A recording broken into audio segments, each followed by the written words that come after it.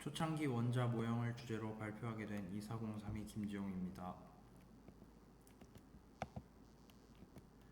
원자라는 개념은 아주 오래전부터 존재했습니다. 고대 철학자 데모크리토스는 모든 물질이 더 이상 나눌 수 없는 아톰으로 이루어져 있다고 주장했습니다. 그리고 19세기 초 존 돌턴은 과학적 기반 위에서 원자는 서로 다른 종류가 있으며 더 이상 나눌 수 없는 작고 단단한 구형 입자라고 생각했습니다. 즉 내부 구조가 없는 원자 모델이죠. 톰슨의 음극선 실험은 진공의 음극선 관 내부에 두 개의 전극을 넣고 음극에 높은 전압을 걸어 방전시키는 실험입니다. 이때 음극에서 양극 쪽으로 입자들의 흐름이 생성되는데 이를 음극선이라고 합니다. 먼저 음극선의 진행 방향에 바람개비를 설치했더니 바람개비가 회전하는 걸 볼 수 있었습니다.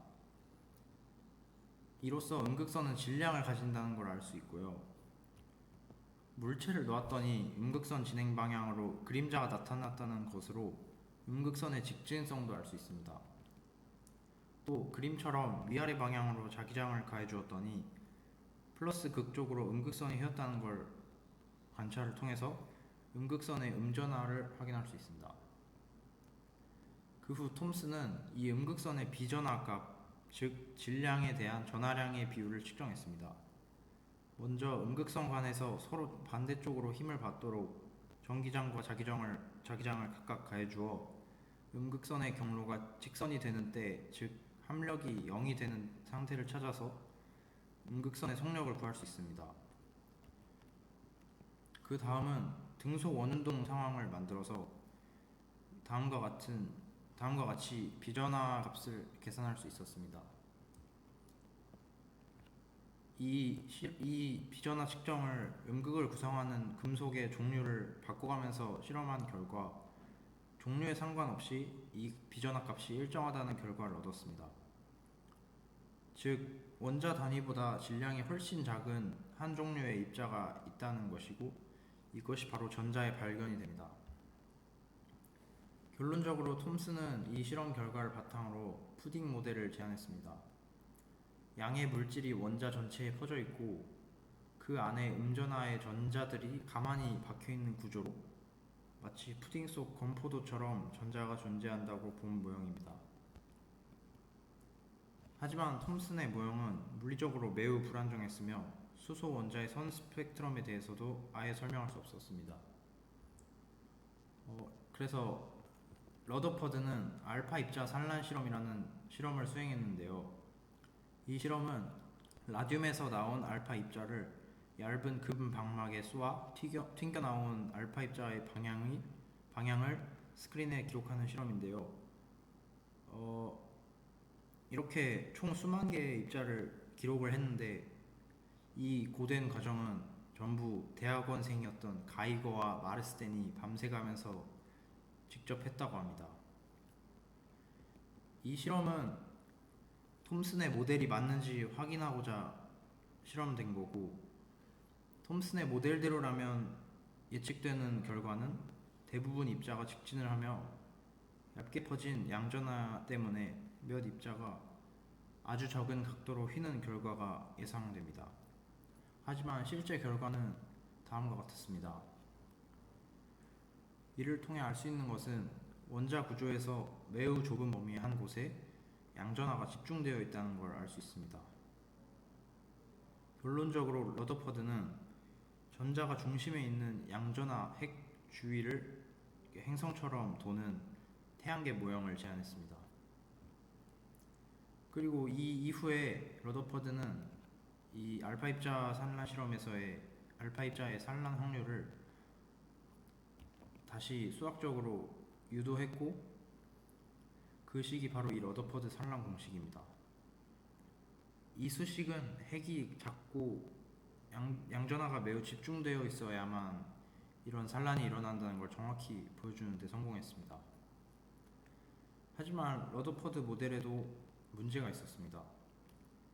먼저 러더퍼드 모델 역시 수소 원자의 선 스펙트럼에서 나타나는 불연 속성을 설명할 수 없었고 무엇보다 물리적으로 불안정한 모델이었습니다.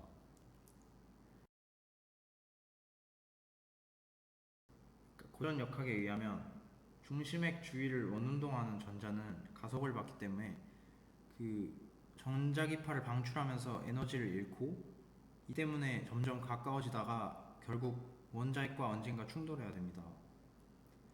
이를 실제로 계산해보면 전자가 붕괴하기까지 걸리는 시간은 고작 수십 피코초에 불과합니다.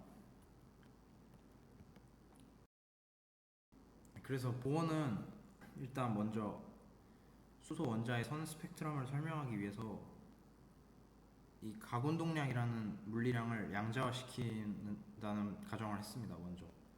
그리고 이를 통해서 전자 궤도의 반지름이나 에너지 준위를 유도할 수 있었고, 이 가정만으로도 전자의 위치, 속도, 에너지 등을 모두 제한하는 데 성공했습니다. 또한 두 번째로는 전자가 궤도를 돌 때는 에너지를 방출하지 않는데 다른 궤도로 전이할 때만 전자기파의 형태로 방출한다는 가정을 세웠습니다.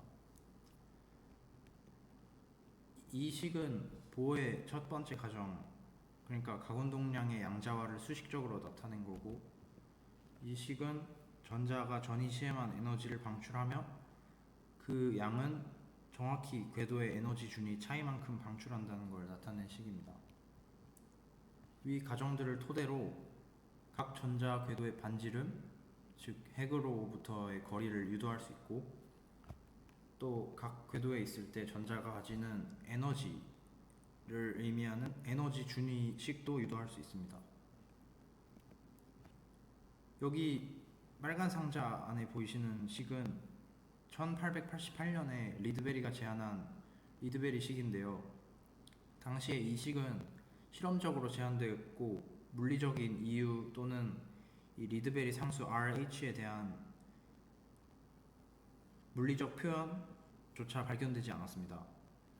하지만 다음과 같이 보어는 자신의 보어 모델로 이 리드베리 식을 이론적으로 다시 유도해내는 데 성공했고, 플랑크 상수를 도입해서 리드베리 상수 역시 물리적으로 유도하는 데 성공했습니다. 이렇게 보어 모델은 최초로 선 스펙트럼을 설명한 것뿐 아니라 굉장한 성과를 내었습니다. 하지만 보어 모델은 수소 원자밖에 설명하지 못했고, 여러 전자가 어떤 배치를 이루는지와 같은 내용도 설명하지 못했습니다. 또한 미세 구조나 제이만 효과와 같은 현상도 설명할 수 없었습니다. 그럼에도 불구하고 보어의 아이디어는 후에 양자역학 발전에 중요한 초석이 되었고, 이후 더 정교한 원자 모형들이 탄생하는 발판이 되었습니다. 이상으로 초창기 원자 모형 발표를 마치겠습니다. 감사합니다.